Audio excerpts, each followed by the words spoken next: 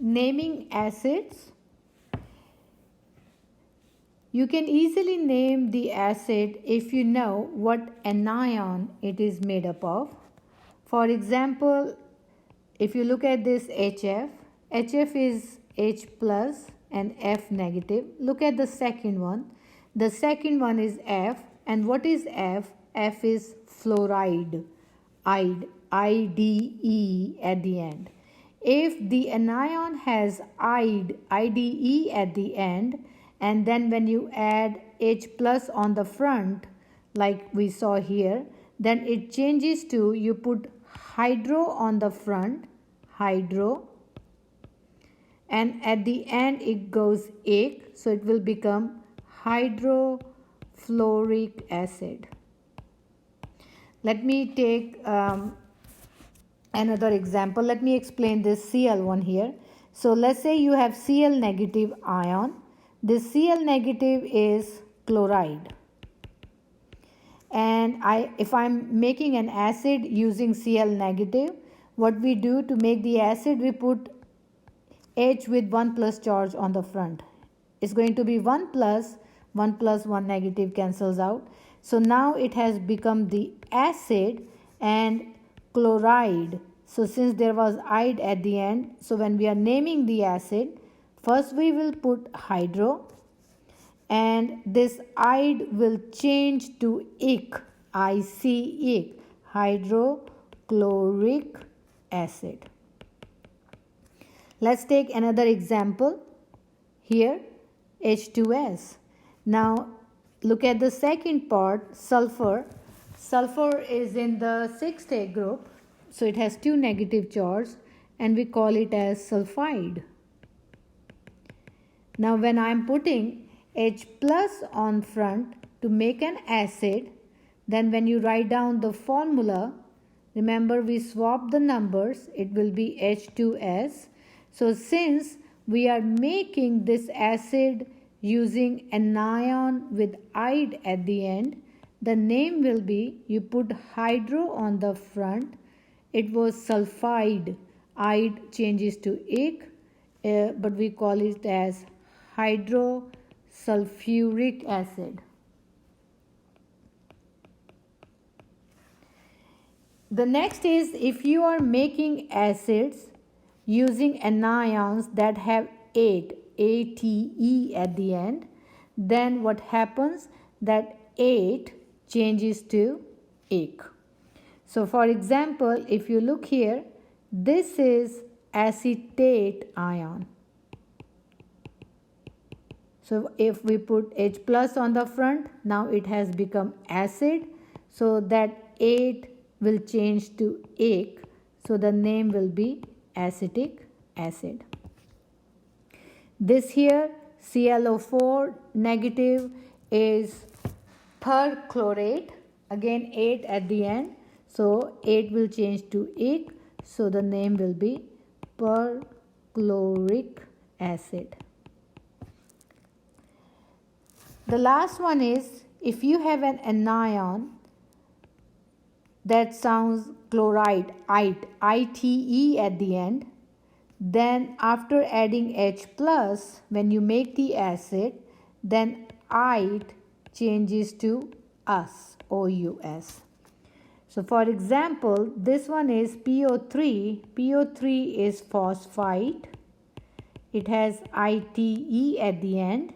So when you're putting H plus on the front to make the acid, then ite will change to us.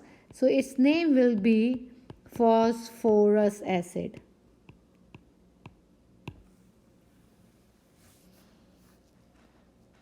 ClO is hypochlorite. When you put H plus, it becomes hypochloric acid. The next is the covalent compounds, and as we discussed in the first slide, covalent compounds are formed by the sharing of electrons. It is formed between two nonmetals or a metalloid, and now we're going to learn how to name the covalent compounds. And I can see here, for example, look at this formula, P2O5. Phosphorus and oxygen, both are nonmetals.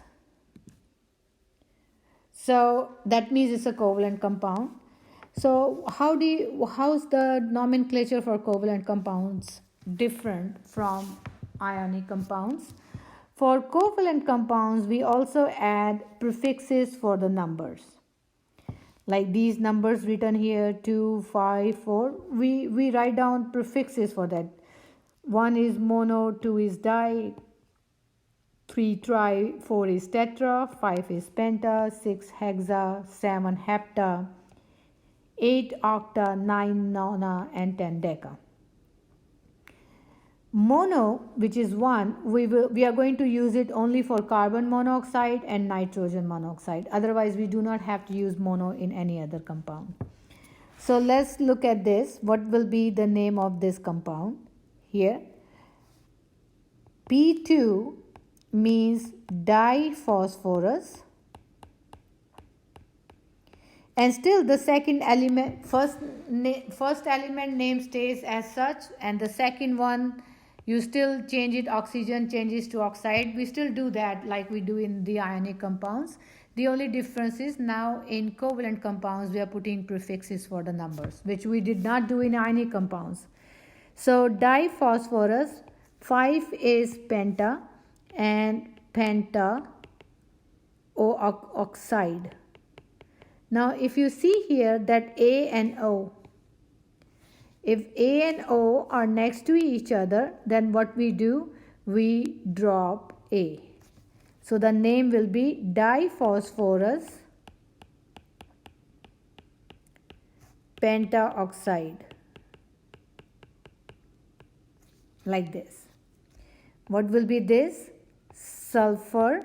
There is only one, so we're not going to write down mono. Mono is only for these two. And 4 is tetrachloride.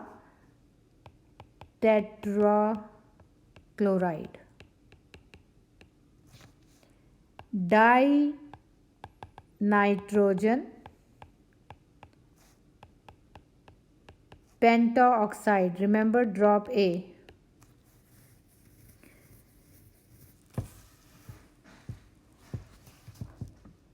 Chlorine, first name stays as such, trifluoride. Diiodine, nona oxide. I'm going to drop A, so it's this. Tetraphosphorus. 3 is tri. Selenium, Se is selenium and becomes selenide. What is this? Carbon monoxide. Remember, only 2 and this is one of them. P is phosphorus. 3 is tri. H, hydrogen becomes hydride. So phosphorus trihydride. So if the name formula is given, this is the way you write down the name. The last is, if the name is given, then how to write down the formula? That's the easiest one. Tetraphosphorus means how many phosphorus? Tetra means 4. Decaoxide. Oxide is from oxygen and deca means 10. Dinitrogen. Tetra means 4, oxide means O4. Hydrogen chloride. Xenon tetrachloride. Carbon C, dioxide means O2. Disulfur dichloride. Now if you look here, your covalent compounds are not, these ratios, they are not simplest whole number ratios like we see in the case of ionic compounds. P4O10, 4 and 10 are not the simplest ratios, 2 and 4 are not. So that is fine in covalent compounds, but in ionic compounds they have to be simplest whole number ratios.